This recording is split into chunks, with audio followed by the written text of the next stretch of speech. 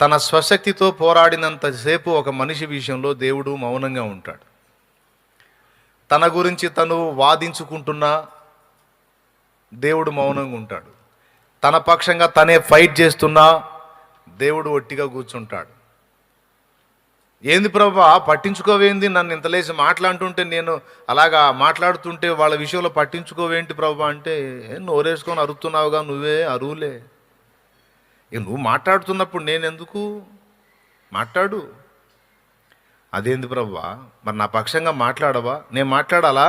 అవును ప్రభా మాట్లాడాలి. అట్లయితే నువ్వు నోరు మూయి. నేను నోరు మూస్తే అసలు మాటినరు ప్రభువా. నువ్వు నన్ను నమ్ముతున్నావా? నమ్ముతున్నాను. అట్లయితే నోరు మూయి. నోరు మూస్తే మరి ఇంకా వాళ్ళు ఆగరు.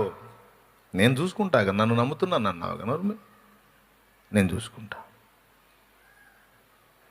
నీ పక్షంగా నువ్వే పోరాడుతున్నావు, అందుకే నేను ఒట్టుకున్నా. నువ్వు పోరాటం మానేస్తే, ఏది నీ సొంత శక్తితో పోరాటం మానేస్తే, నువ్వు మోకాళ్ళలోని ప్రార్థనలో నాతో పోరాడితే, నీ పక్షంగా నీ శత్రువులతో నేనే యుద్ధం చేస్తా.